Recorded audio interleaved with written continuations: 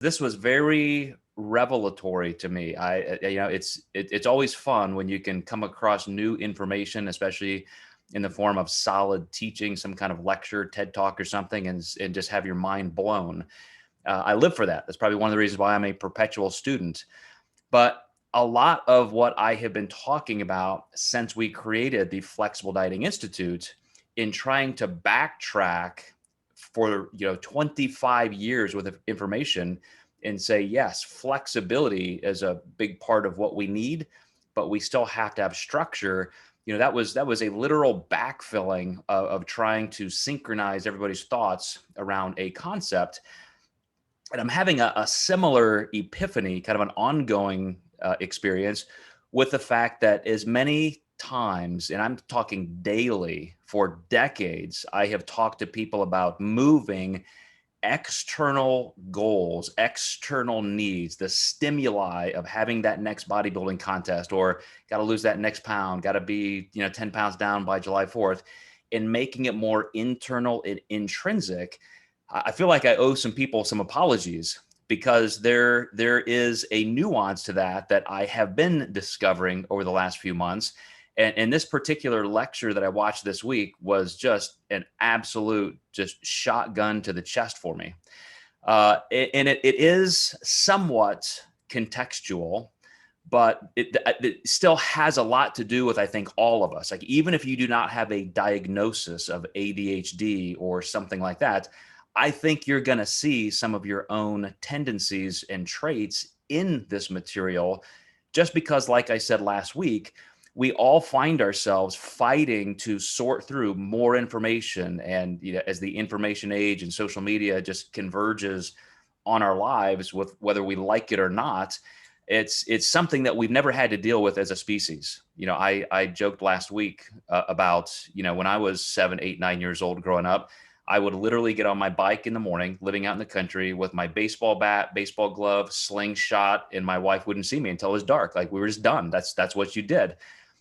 There, no TVs. I mean, there were TVs, like 3 channels, no internet, no computers, no video games. Like, none of that existed. Flash forward one generation, and kids are growing up with an iPhone in their hand.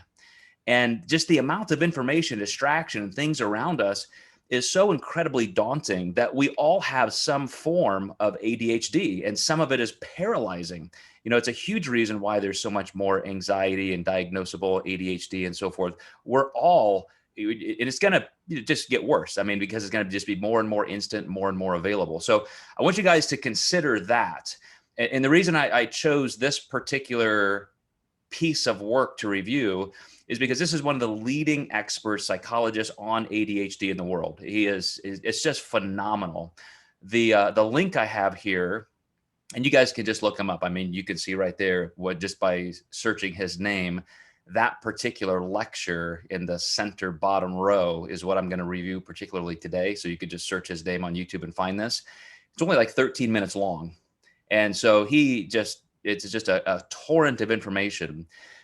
But it's not just to say, woe is us, we have this problem, and so therefore, we have to work harder. It's some amazing stuff that I think you guys are going to enjoy. So first of all, his premise is the fact that, you can divide up the functions of the brain. And even as we conceptually think of what we do is, we have knowledge, we seek knowledge, we apply knowledge, that's the content in our brain. But then we have to do something with it. There is a time then to simply perform. And so his premise was, start with that as a construct, and, just for executive function. And then as he's talking about people who have, first of all, he carefully doesn't just call it, ADHD as in attention. It's intention deficit disorder. In other words, we all have these intentions to get all this work done, to do all these things, and yet some of us just fail to do this. So he says you can know stuff and not do stuff. That's the serious problem. You know what to do, but you can't do it. And I just wonder, we won't necessarily do a show of hands, but hundreds and hundreds and hundreds of clients I've worked with over the years, thousands, probably, Anytime somebody has uttered those words, like, I just can't, like, why can't I do it? I'm so frustrated. I binged, or, I lost weight, but then I gained it back. What is the problem with me? And we always think about motivation and discipline and so forth. And this is where and this is where, my apologies are certainly due. I've said you've got to internalize it more. You've got to want it at a deeper level. And we talked last week about moralizing those decisions. It has to mean so much to us that it's a personal, deeply emotional value. And that's incredibly true. That's almost the highway that you have to be going down. But just like, he's discussing here, the intent or the performance versus the intent, you could be heading down that highway, but then we kind of veer off the road. We keep veering off the road. And that's where our performance comes in. So one of the things he said, all interventions must be out at the place in that environment where you're not doing what you know. This is what's amazing to me. I don't want you to see this as a dichotomy. When I say I owe people an apology, it's not because I was wrong. You still need to make those goals and those things that you really want to change about yourself in intrinsic motivation. My client, my life transformation client who moved here to Evansville, this was our first week of training together every morning. I'm getting up at 5 a.m. to meet with him. I asked him this morning after a workout how his diet was. He messaged me and said something about his diet was perfect. He goes, "Oh no, it was started out that way, but I had an extra granola bar." I said, "Well, man, if you had an extra granola bar, then to me that still qualifies as perfect, because I'm all about those boundaries that we're creating in that moralistic sense. We've agreed together as training partners, and me as his coach, him as my life transformation immersion project client. No sugar, no processed food. Nothing that couldn't be considered whole food." And I said, "You're sticking to that. A tiny little fluctuation in calories like that is not consequential to me whatsoever." So that's an intrinsic value that I'm describing to him. But here is what I think it was Dr. Russell, said about making our executive function, this neocortex part of our brain, external. When somebody has a problem with intent or performance, not knowledge, then just more information doesn't help. And I think that's been part of our, I wouldn't say mistake, but us as a company, we're all about the knowledge. I mean, how many coaches do you hear who have come after me, 20, 25 years ago, who want to say, we're all about the science. Everything we do is evidence-based. Come see me as a coach. Come see my company. We're science, science, science. Well, nobody gives a shit about, more knowledge if we can't help them actually do it. And so that's where the performance comes in. So again, this psychologist says, more knowledge doesn't do anything for you. You've got to make sure you externalize for people who have this difficulty, the things that they need to do. So you start thinking of it as a motivational problem, as I said, but the only thing to deal with executive deficits is to engineer the environment around us. All treatment must be out there. And I want to tell you guys a little bit of a story, because everybody in my family has ADHD, or not everybody, but it runs through my family a lot. My nieces and nephews, everybody's on Ritalin by the time they're, 5, 6 years old. I am so grateful that shit did not exist when I was a kid, because being hyperactive is a gift. But at the same time, it's painful. My 18-year-old daughter is scheduled for an evaluation because, she's I wouldn't say tired. She's frustrated by that kind of inability, as the psychologist is talking about, to really control everything. And she's a perfectionist like me. 4.0 student, full ride scholarships. It's not that she can't do it, but it's because she just feels like there's this struggle to do it. And so my entire life, I have constructed, without even realizing it, to do exactly what this psychologist said. The only way I have survived is to externalize all of my processes to achieve something, to achieve a goal, to gain any kind of success. I was telling my wife as I was sharing this information, and I'm sitting here this morning, like furiously typing out a paper that I have to turn in by 4 o'clock Friday. That's when my current professor has our homework due. And I said, gee, shocking that I have, 2 doctorates and 4 master's degrees, because I love to read. I'll say I love to read. I love to write. But you know how difficult it is for me to sit down and read a book?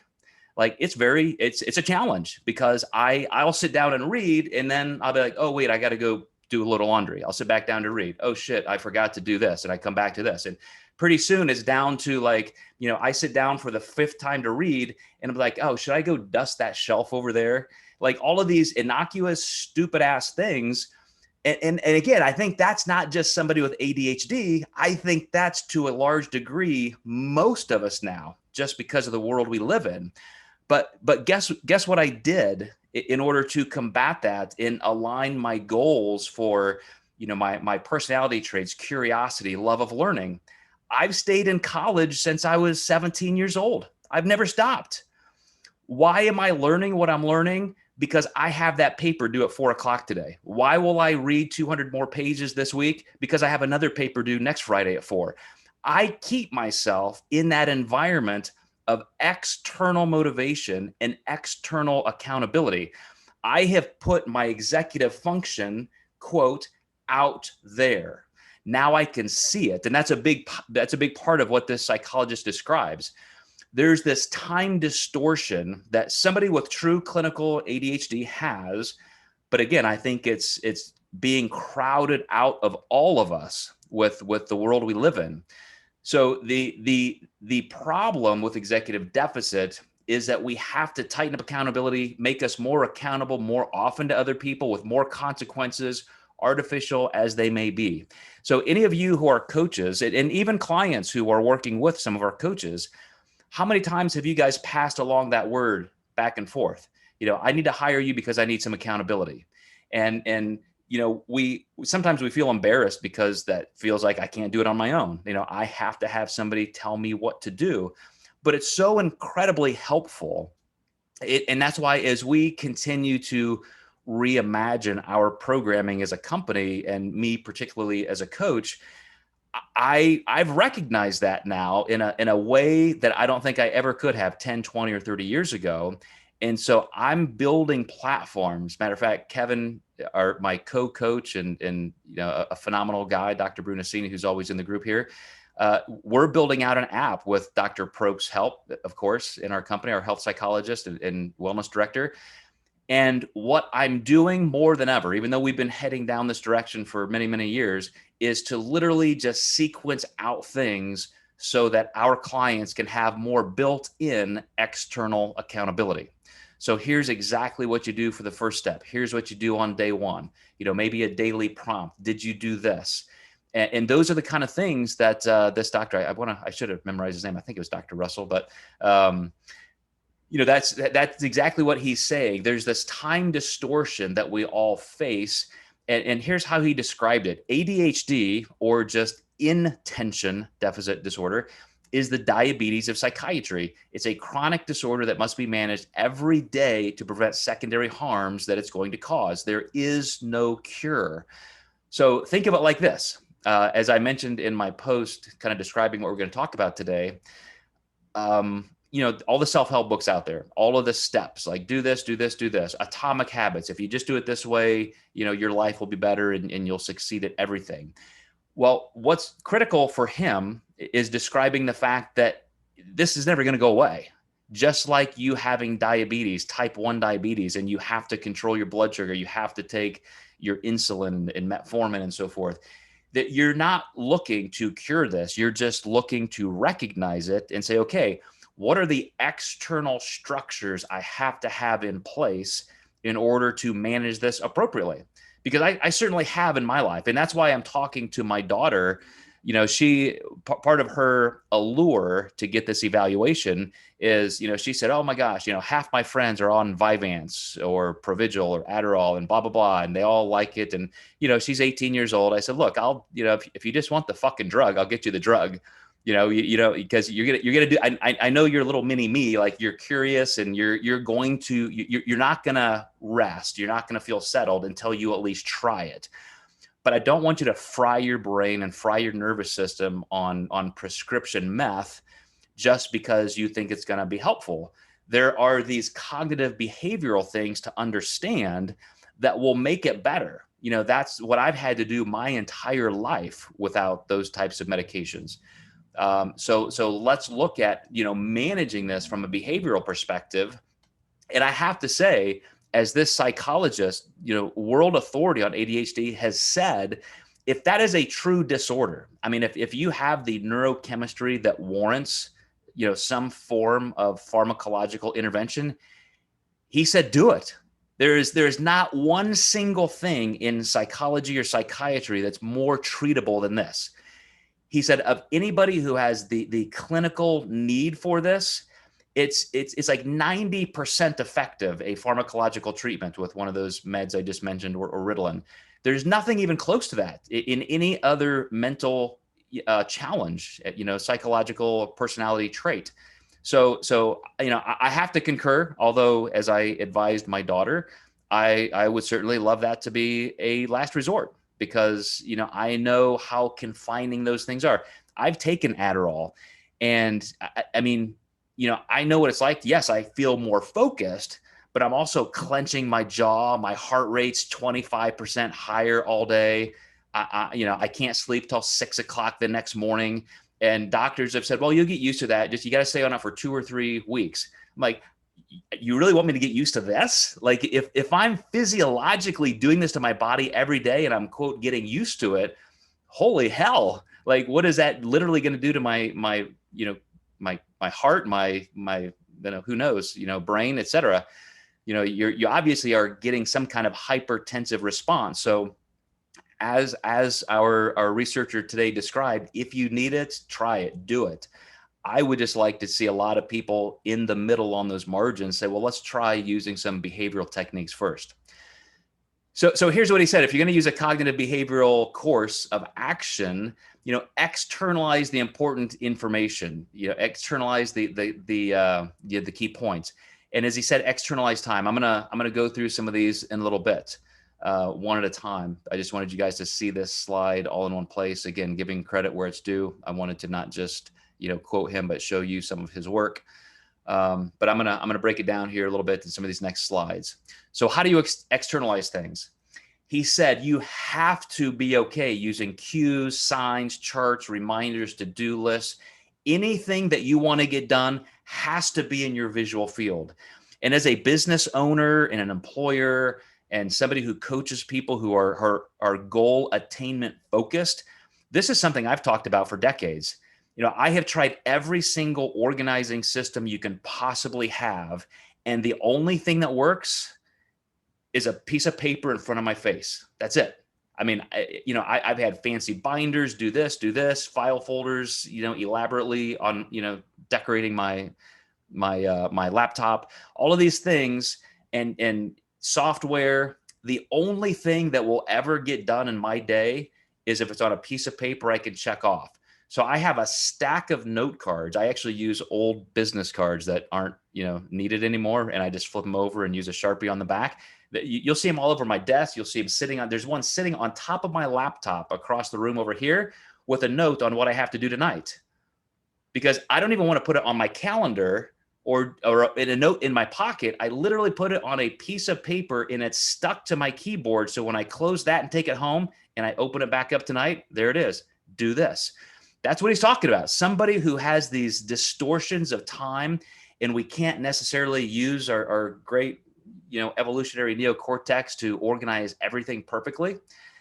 Same thing about those time distortions, those real time checks, clocks, timers. When's the last time you have set maybe a timer or a rule that, okay, after 45 minutes of sitting in front of my computer, I'm going to make sure I get up and go to the bathroom, get a drink of water, maybe walk for 5 minutes and come down, or, something else, because just to make sure you're staying on task for something. Or as I have learned to do with even some of my assignments and things like that, think, personal things, not just my actual work schedule of appointments and so forth.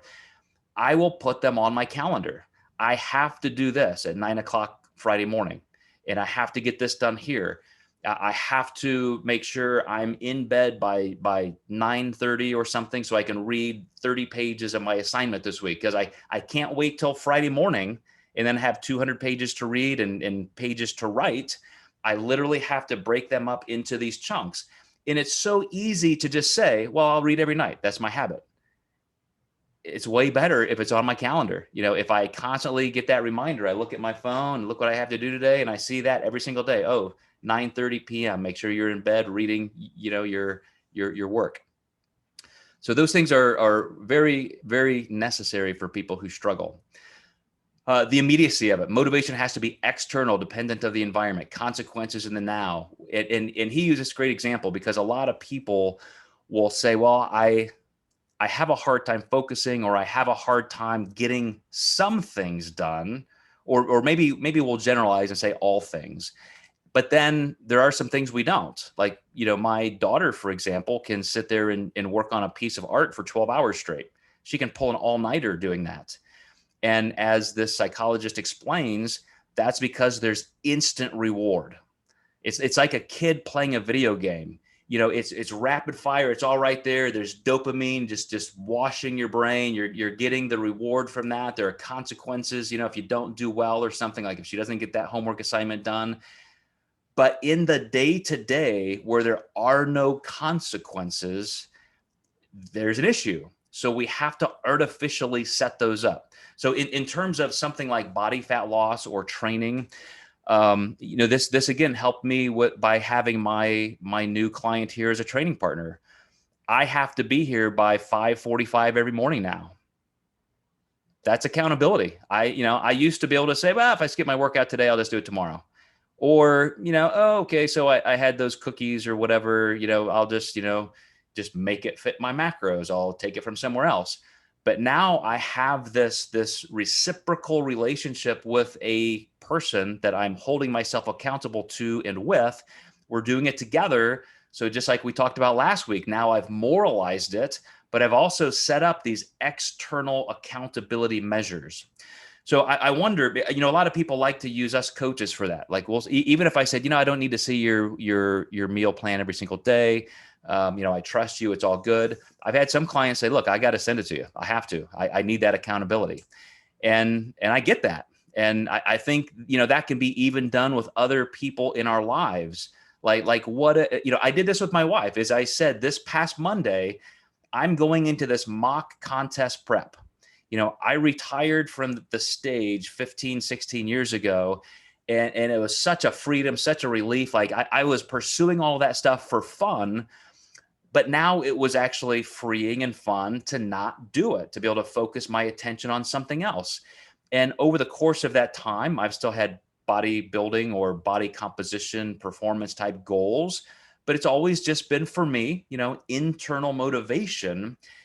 After the span I've had just kind of away from the sport, I can't tell you how fun it was to tell my wife, starting Monday, I will not be eating this, and this is what I'm doing, and this is why, please support me in this.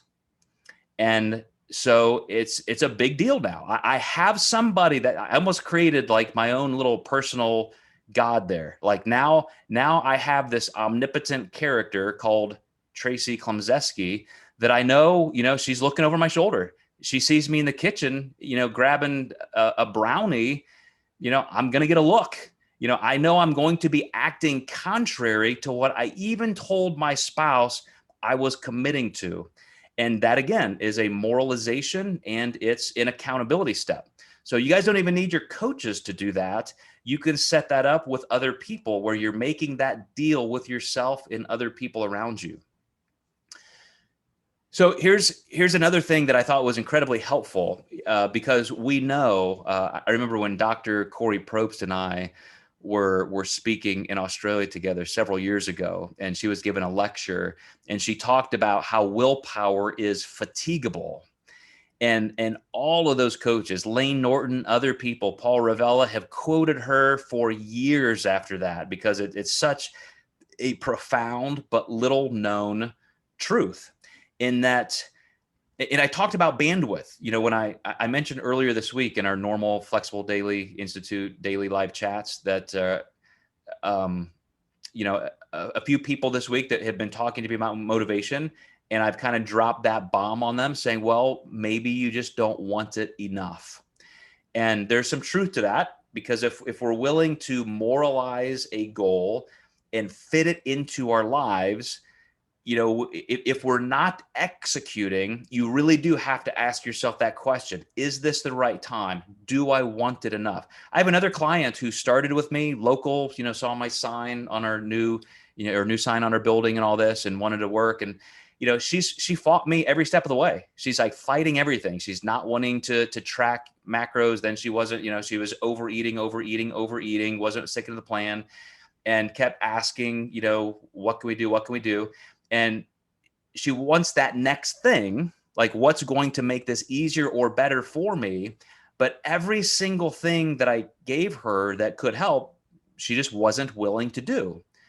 So I asked her, are you sure this is just the right time? Because you seem to not have the mental bandwidth. You don't seem to have the time of the day to even focus on the simplest thing. You haven't gone to the grocery store. You haven't gotten the food you need. You're not willing to not go out to eat every day. You're not willing to work out. You're not willing to do these things. You're just not fitting it into your life as a priority. So you must not, quote, want it enough. But this is what this psychologist said, and especially with people who are sorting through information all day, information overload, knowledge overload, just stimuli coming at us left and right.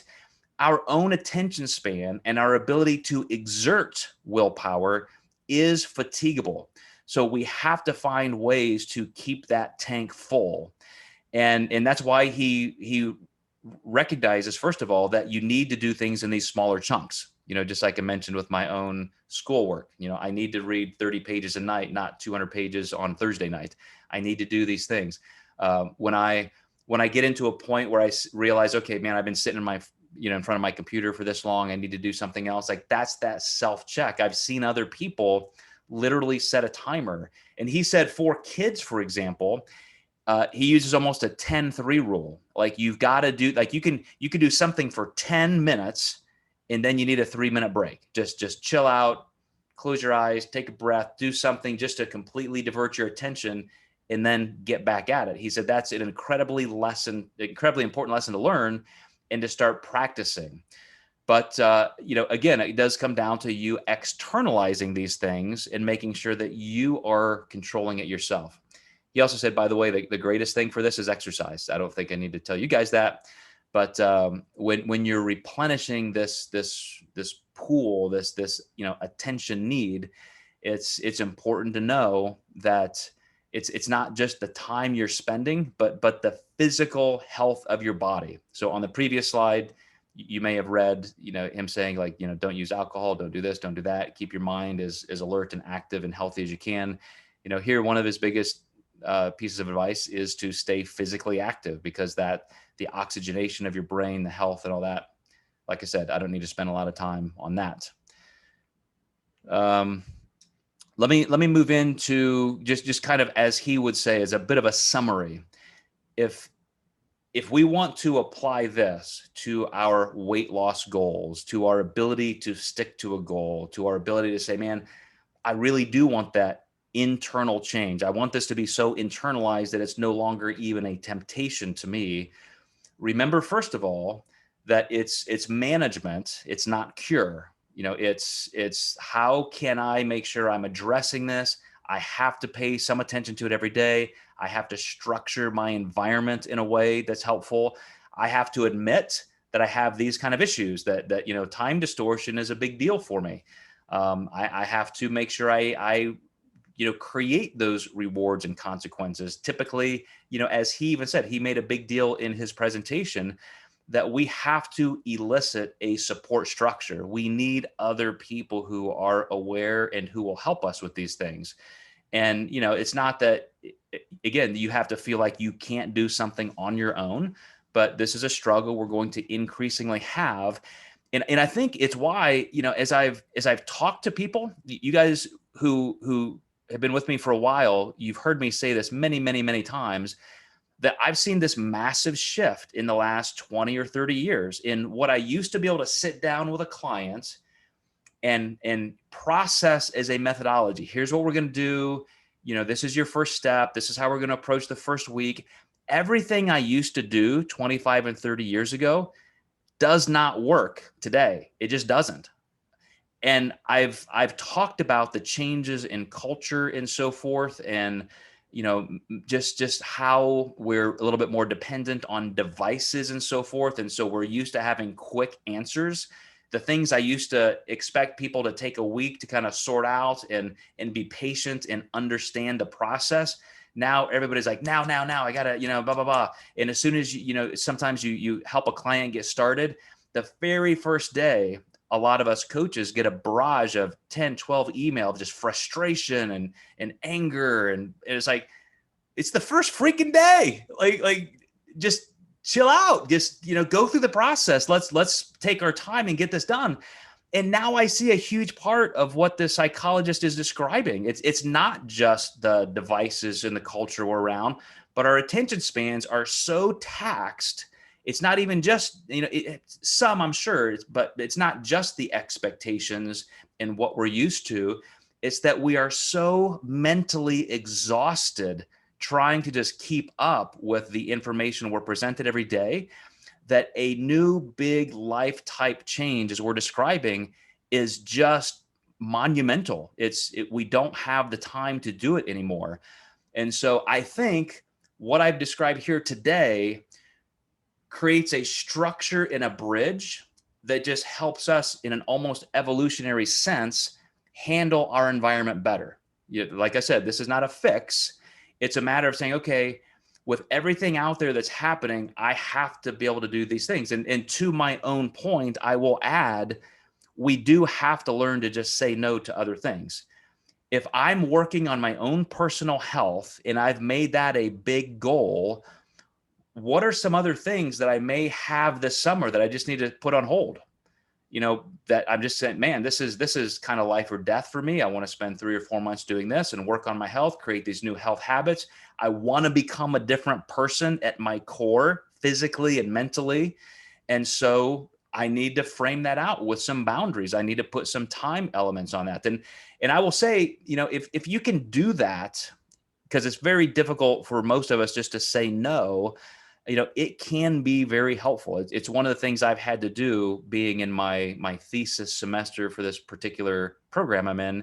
This summer is just kind of a wash. Like I've got guardrails around, from now until the end of July. Some things are just not going to happen because I need to spend the time doing that. And you may not think that you have to do that with your health and fitness and nutrition, but it can be absolutely paramount because it takes so much bandwidth just to process the mental willpower and those little habits that we need to maintain, the meal prep and so forth. So what I would like to do now is just kind of open it up to some discussion, see what you guys think, and we'll go from there. Dan, you're always first. Just reach for that unmute button automatically. I can always rely on you. Yeah, I was reaching for it. Excellent presentation. You know what? For a while, I thought I was crazy the last couple of weeks, maybe a month or so, but now I see, because one of the things you said really caught me. Like for me, the exercise, the diet, those commitments, that's been really easy. But transitioning into my third career, fitness and nutrition coaching, has not been so easy. And I'm thinking, wait a second, something's wrong. You're like two different people. You're getting distracted from your new career. But on the other hand, you could be laser focused on your competition coming up this fall. So that was good. That kind of lightened my load a little bit. And then what I took from that, create that environment that allows external consequences that are immediate would be very useful for me. So similar to your example, every hour during a certain period, I'm thinking, spend 20 minutes working on your new business, then walk away, then go garden, then go shopping, then do your food prep, then go back and do 20 minutes again. So I got some real good strategies coming out of that I think could help in regards to my work behavior as opposed to my exercise and nutrition behavior. Good stuff, Dan. I appreciate that. Absolutely. And I'm also thinking, now I understand when I start coaching people what I might need to do for them.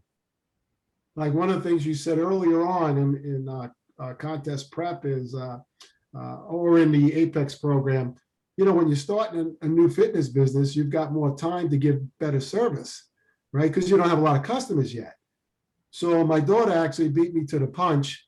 She, without any training except what I've been teaching her, based on what you've been teaching me, she started her own nutrition coaching business as well. Her first client, competition in the DeSalvo family. Can you imagine that? Her client lost 12 and a half pounds in her first month, is thrilled. And Danielle said, since I have so much time, I told her at any time you feeling difficulty staying on track, just text me or email me or text me or call me. So the woman texts her all the time. She says, I'm free because, the pandemic, she has pandemic unemployment. Her job is gone, I mean. So she was able to give her that instant feedback. So she wanted to lose 20 pounds in 4 months for a wedding. 1 month, 12 and a half pounds. She's going to blow that goal away because of what you just said. That's awesome. Mm-hmm. Well, to a, kind of a coaching point and an expectation for clients, that is unsustainable. When your daughter has 100 clients, she's not going to be able to field texts 24 hours a day. Sure. But again, while she's here to give that special attention, and that's going to help her, grow her business. But it's why it's why Kevin's coming to town. We're building out our new Flexible Dieting Institute app. And we want things like that. Like we want to be able to send quick messages and not automate it. Like that's one of the things I've always hated about that. Like, we already send a daily video to our clients, stuff like that. And it's just so easy. It's not, everybody knows it's content. But for me to be just randomly on a Thursday afternoon, have a thought and be able to just have it in this program, in this app that I shoot it out to all my clients, hey guys, blah, blah, blah, blah, blah. And then maybe that creates a little discussion thread or something. And then, it's just like, there's that special attention and that extra touch that I think everybody wants. And one of my particular clients who is very frustrated with me right now, and we're talking about breaking up. This is, she's either going to fire me or I'm going to fire her. But a great woman. I love her. She loves me. We have this, it's been a great relationship as a client and a coach. But she's really struggling, and it has nothing to do with what she knows. Like we talked about, she is a coach. She, and she knows how to do this. Right. But she can't get it done right now. So I'm going through these things in her life, like what's happening. And she said, well, what would be great is if you could just reach out to me more frequently. And wouldn't we all love that? Like I would love for my accountant to call me every day, see how I'm doing. I'd love for my lawyer to call me every day. I'd love for my dentist to call me this week and see how my teeth feel, but we just can't. We don't have that kind of time. So as people pursuing these goals, we have to include a broader support structure. That's what this psychologist is talking about. You can't put it all on the shoulders of one person. But man, that's a good exercise. Like use that person, but who else can you also add to that circle of support? Yeah. And it seems to me as if you little by little would teach yourself the new behaviors by having those accountabilities and feedback loops. Absolutely. And the other thing that you reminded me of something I read from Marshall Goldsmith, what got you here won't get you there. And he's the executive, he's a coach of the CEOs. I mean, CEOs, that's it, So this one CEO lives here in New York City. He's having difficulty when guests would come into town and they would take him around Manhattan show him around, he'd get distracted. He'd want to go to work. He'd want to start doing this. So Marshall said to him, set your alarm every 30 seconds, a silent alarm, just a vibrate, while you're with these people from out of town, as a reminder that you should be focused on them, not trying to get back to work. So even at that level, some people need feedback, and systems. So it's making me feel much better about, what it is that's getting in the way and what to do to fix it. And well, no, that's another thing that I got out of that. You don't fix it, you manage it. Yeah, there you go. That was good. I thought well, that was excellent. So here's what you made me think of when you mentioned the Apex coaching program is I do talk about block scheduling with people and putting things on the schedule. One of my newest Apex coaches this week sent me his schedule, and it was all very kind of micro layered. So it was like every single day, 30 minutes doing this, every single day, an hour of this. And I said, that's not necessarily this kind of externalization I'm talking about, because, if you just had a solid 2 hours a week of creative thinking for your business, like think out of the box, get away from your office, go sit in an empty bar in the middle of the afternoon with nothing else to distract you except thinking about this. Mm-hmm. That's way better than 30 minutes every day in your office.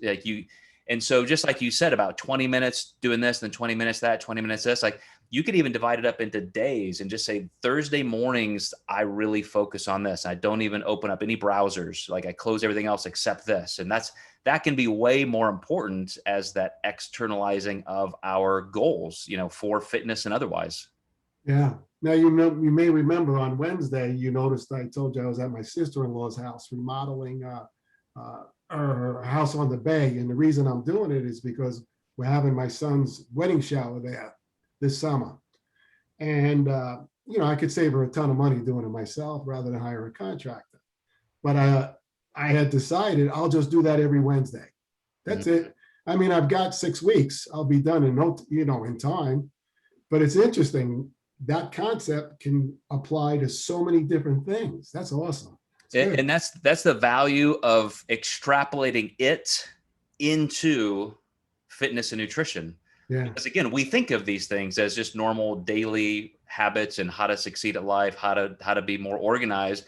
But then we think our nutrition is different. Like this is just eating. Like I can handle this. And so we don't add these layers of structure that would really help. Like it's totally necessary. Yeah, absolutely. And like you said, I think you said on Wednesday, it's simple but not easy. And I think that's a good way to look at it. Even if the CEOs of Fortune 500 struggle with it, we should feel okay about struggling with it as well. Yeah. The hardest easy thing you'll ever do, or the easiest hard thing you'll ever do.